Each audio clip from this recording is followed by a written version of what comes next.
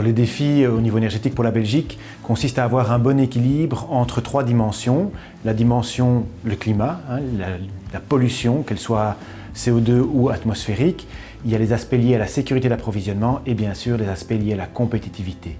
Et tout le défi consiste à avoir un bon équilibre entre ces trois dimensions. Dans le mémorandum, nous suggérons de mettre en place une norme énergie pour les entreprises intensives en énergie, donc afin que les prix soient compétitifs en Belgique par rapport aux pays voisins.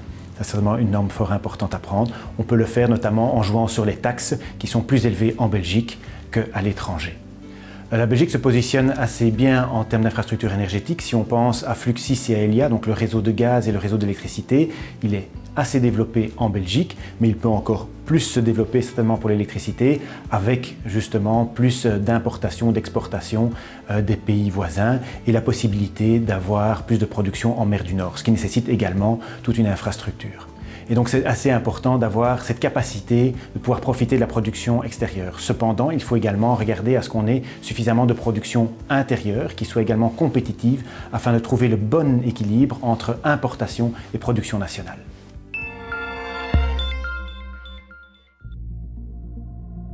Alors qu'on manifeste dans la rue pour une politique climatique plus ambitieuse, le secteur de l'électricité est déjà en pleine transition vers un système énergétique plus durable. L'arrivée massive d'énergie renouvelable a des conséquences importantes pour le réseau à haute tension. Elia, le gestionnaire du réseau, réalise en ce moment le plus vaste programme d'investissement de son histoire. Naast de grote zichtbare investeringsprojecten zoals de versterking van de interconnectoren of nog de uitbouw van het eerste elektriciteitsnet op zee, investeert Elia ook jaarlijks in een groot aantal uitbreidingsprojecten en vervangingsprojecten van assets die einde levensduur komen. Die uitbreidingsprojecten die hebben de functie om nieuwe hernieuwbare productieprojecten te kunnen aansluiten op ons net, maar ook de mogelijkheid te bieden aan nieuwe industriële activiteiten om over de elektrische voeding te kunnen gaan beschikken. Les investissements dans le réseau à haute tension doivent garantir que celui-ci reste fiable et transporte efficacement l'électricité dans tout le pays. Ici, à Laakdal, il y avait plusieurs raisons de renforcer le réseau. La première, c'est qu'au niveau moyenne tension, on arrivait à saturation pour les raccordements de production éolienne dans la région. Et donc il fallait absolument renforcer le réseau moyenne tension pour permettre de nouveaux raccordements éoliens. La deuxième raison, c'est qu'il y a de nouvelles demandes de raccordement de gros industriels dans la région. Et je pense entre autres à Nike, qui a développé un grand centre ici tout près derrière le canal. Et la troisième raison est que le réseau moyenne tension et 70 kV dans la région arrive en fin de vie.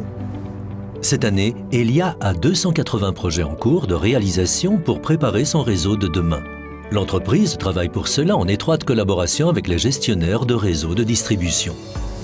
Hier is het project van Meerhout lopende, waarbij de RAI 150 kV gaan uitbreiden met 2 nieuwe distributietransformatoren die gekoppeld zijn aan een middenspanningscabine die in samenwerking wordt gebouwd met onze partners van Fluvius.